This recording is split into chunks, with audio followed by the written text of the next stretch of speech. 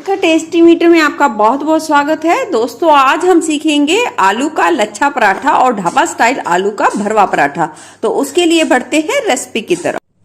आलू का पराठा बनाने के लिए ये हमने 2 मीडियम साइज की कटोरी आटा लिया है और अब हम इसमें डाल देंगे 2 चम्मच के करीब डाल देंगे देसी घी। घी इसलिए डालेंगे, इससे क्या होगा कि आटे में मोयन लगेगी और हमारे पराठे जो बनेंगे तो बिल्कुल खस्ता बनेंगे और अंदर से नरम बनेंगे। ये देखिए, इस तरीके से अच्छे तरीके से मोयन को लगाना है ताकि मोयन आटे में अच्छे तरीके से मिल जाए। अब डाल देंगे 1/4 चम्मच के करीब नमक। नमक आप स्वाद के अनुसार कम ज्यादा भी कर सकते हैं और इसे अच्छे तरीके से मिला लेंगे। अब थोड़ा थोड़ा पानी डालकर हम आटे को इकट्ठा कर लेंगे। एकदम से पानी का इस्तेमाल ना करें, थोड़ा थोड़ा करके डाल के आटे को इकट्ठा कीजिए। आटे को इकट्ठा करने के बाद इस तरीके से मुट्ठी का प्रेशर देते हुए हम लगातार इसे 3 से 4 मिनट के लिए गूंथेंगे और आटे का एक हम नरम डो पराठे के लिए गूंथ के तैयार करेंगे। देखिए, हल्का हल्का पानी का हाथ लगाकर बीच बीच में हमने आटे को बहुत ही अच्छे तरीके से पराठे के लिए नरम गूंथ लिया है, देख सकते हैं अब आप। अब आटे को हम 15 मिनट के लिए रख देंगे ढककर, ताकि आटा पराठे के लिए बहुत ही अच्छे तरीके से सेट हो जाए। और इतने में तैयार कर लेंगे हम आलू के पराठे के लिए आलू की स्टफिंग। आलू की स्टफिंग के लिए मैंने आलूओं को उबालकर इसे 2 घंटे के लिए ठंडा करने के लिए छोड़ दिया था। अगर आलू का आप पराठा बनाएं तो आलूओं का बहुत ज्यादा ठंडा होना बहुत ज्यादा जरूरी है, तभी आपके पराठे फटेंगे नहीं और आप इसमें मनचाही स्टफिंग भर पाएंगे। अब आलूओं को छील लेंगे। आलूओं को हमने छिलके तैयार कर लिया है। अब इसे हाथ की सहायता से अच्छे तरीके से फोड़ लेंगे। आप चाहें तो कद्दूकस का भी इस्तेमाल कर सकते हैं और आपको इस बात का ध्यान रखना है कि आलूओं में कोई भी गुठली नहीं रहनी चाहिए। इसे इस तरीके से बारीक फोड़ना है आपको पराठे के लिए।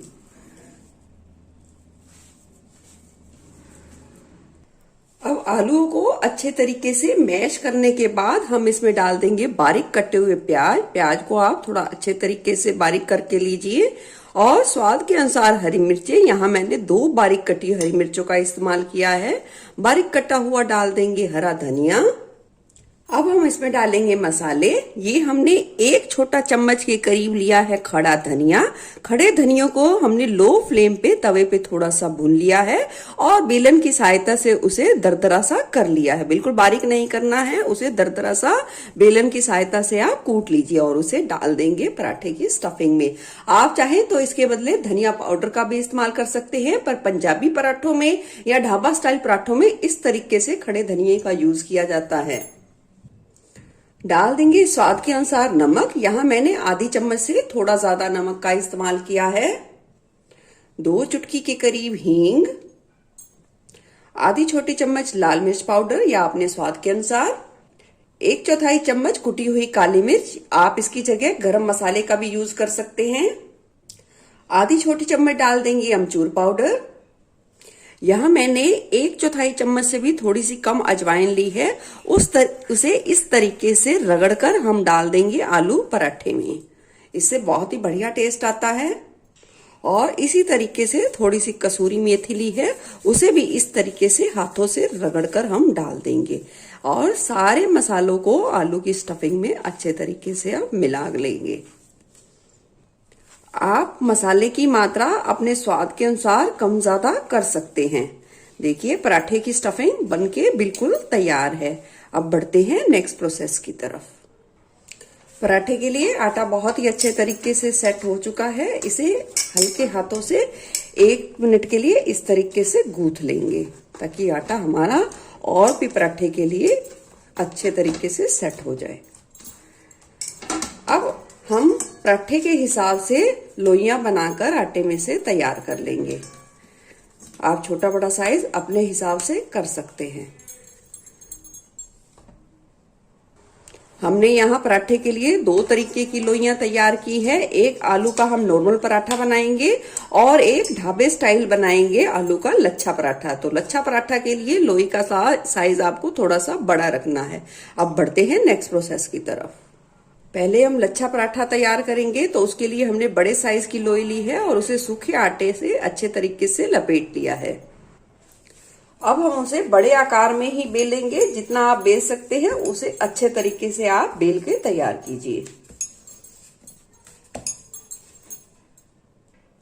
देख सकते हैं हमने बेलन के आकार का ही पराठे को पतला और बड़ा इस तरीके से बेल लिया है।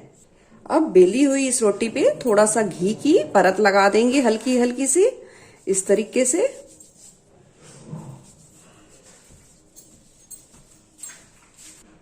अब लेंगे तैयार की हुई आलू की स्टफिंग और इस तरीके से इसे सारे पराठे पे फैलाते जाएंगे, पतला पतला सा फैलाते जाएंगे अच्छे तरीके से।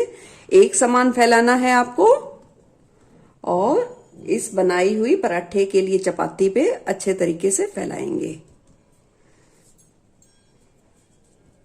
इस देखिए कुछ इस तरीके से सारे पराठे पे हम ये आलू की स्टफिंग फैला लेंगे। चम्मच की सहायता से थोड़ी सी प्रेस करनी है आपको। अब हल्के हाथ से थोड़ा सा इस तरीके से एक समान कर लीजिए, ताकि कहीं भी कोई गुठली ना रहे और बिल्कुल एक समान से अच्छे तरीके से हमारी स्टफिंग रहे। अब चक्कू की सहायता से इस तरीके से कट लगा लेंगे।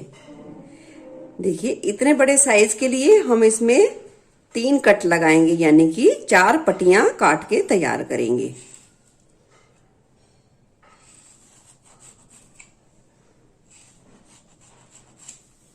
और अब हम एक पट्टी उठाएंगे और इसे इस तरीके से फोल्ड करते जाएंगे। ये देखिए कुछ इस तरीके से, आप ध्यान से देखिए, कुछ इस तरीके से एक तैयार कर ली। अब हम इसे दूसरी में मिलाते जाएंगे और दूसरी पट्टी को पहली बनाई हुई पट्टी में फोल्ड करते जाएंगे। आप चाहें तो इससे 2 पराठे बना सकते हैं और आप चाहें तो इससे एक ही पराठा बना सकते हैं। ये देखिए बड़ा साइज है तो मैं इसके 2 पराठे बनाकर तैयार करूंगी। अब हम इसे हल्के हाथ का दबाव देते हुए इस तरीके से थोड़ा सा चपटा कर लेंगे। अगर कोई भी थोड़ा सा किनारा खुला है तो उसे इस तरीके से हल्के हाथ से सील कर लेंगे और इसी तरीके से दूसरा पराठा भी तैयार करेंगे। इस तरीके से पट्टी को अच्छे तरीके से दबाव हल्का सा देते हुए लपेट लेंगे और इसे दूसरी पट्टी में मिला लेंगे और उसे भी अच्छे तरीके से लपेट लेंगे। ये देखिए, और इसे हल्के हाथ से दबाव देते हुए हम इसे सील कर लेंगे। अब तैयार किए हुए पेड़े को हम इस तरीके से सूखे आटे से थोड़ा सा लपेट लेंगे और इस तरीके से उंगलियों की सहायता से हम किनारों को थोड़ा थोड़ा सा फैला लेंगे और फिर उसे बीच में से भी उंगलियों को लाते हुए फैलाते जाएंगे। पहले हम इस तरीके से किनारों को थोड़ा थोड़ा सा फैलाएंगे और फिर इस तरीके से उंगलियों से थोड़ा सा बीच में से भी थोड़ा सा दबाव दे देंगे और फैला लेंगे। अगर लगे आपका पराठा थोड़ा सा खुल रहा है तो कोई दिक्कत नहीं है, आप इस तरीके से उसे इकट्ठा करता जाइए। अब थोड़ा सा सूखा आटा लगाकर हम बेलन की सहायता से हल्का दबाव देते हुए इसे बेल लेंगे। देखिए बहुत ही अच्छे तरीके से पराठे को हमने बेल के तैयार करना है।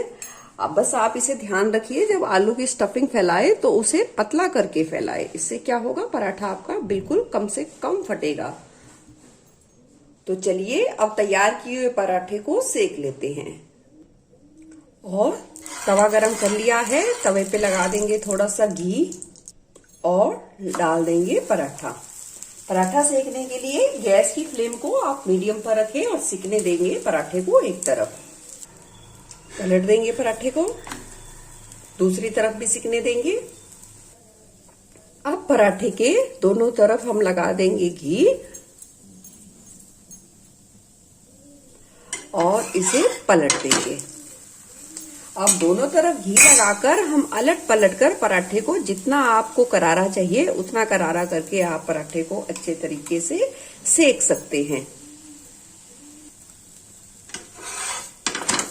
देखिए पराठा हमारा बहुत अच्छे तरीके से सिक गया है और आप देख सकते हैं कितने बढ़िया लच्छे बने हैं। अब पराठे को निकाल लेंगे प्लेट में। पहले हमने एक बड़ी लोई को बेल के 2 लच्छे पराठे एक लोई से तैयार किए हैं, पर अब हमने थोड़ा छोटे साइज की लोई ली है और उसे इस तरीके से बेल लिया है जितना हम बेल पाए, और पतली सी हमने इस पे घी की लेयर लगा दी है। और अब हमने ली है आलू की स्टफिंग, उसे भी हम पहले की तरह पतला पतला सा एक समान पूरी इस बेली हुई चपाती पे फैला देंगे। स्टफिंग की लेयर है उसे अच्छे तरीके से फैलाना है ताकि वो अच्छे तरीके से पतली हो जाए और एक समान चारों ओर फैल सके। अब हम इसके लगा देंगे कट। यहाँ हमने 3 कट लगा दिए हैं और इस तरीके से फोल्ड करते जाएंगे। अब दूसरी पट्टी मिला देंगे और इसी तरीके से तीसरी पट्टी भी मिला देंगे और इस तरीके से सील करते हुए हम इसे थोड़ा सा प्रेशर देके दबा देंगे। अब सूखे आटे से थोड़ा सा लपेट देंगे और उंगलियों की सहायता से इस तरीके से पहले किनारों को फैलाएंगे और फिर इस तरीके से बीच में से भी फैलाते जाएंगे। जरूरत पड़ने पर आप थोड़ा सा सूखे आटे का इस्तेमाल कर सकते हैं। अब थोड़ा सा सूखा आटे का इस्तेमाल करेंगे और बेलन की सहायता से इस तरीके से अब बेल लेंगे।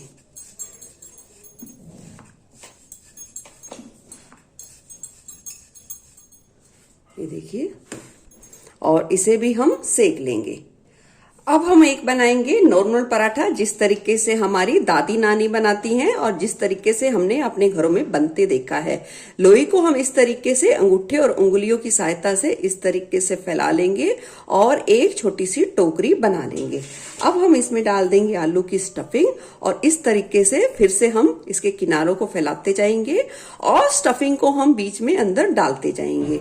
आपको जितनी स्टफिंग पसंद है आप उस हिसाब से डाल सकते हैं, पर ज्यादा बिल्कुल भी ना डालिए और बिल्कुल कम भी ना डालिए।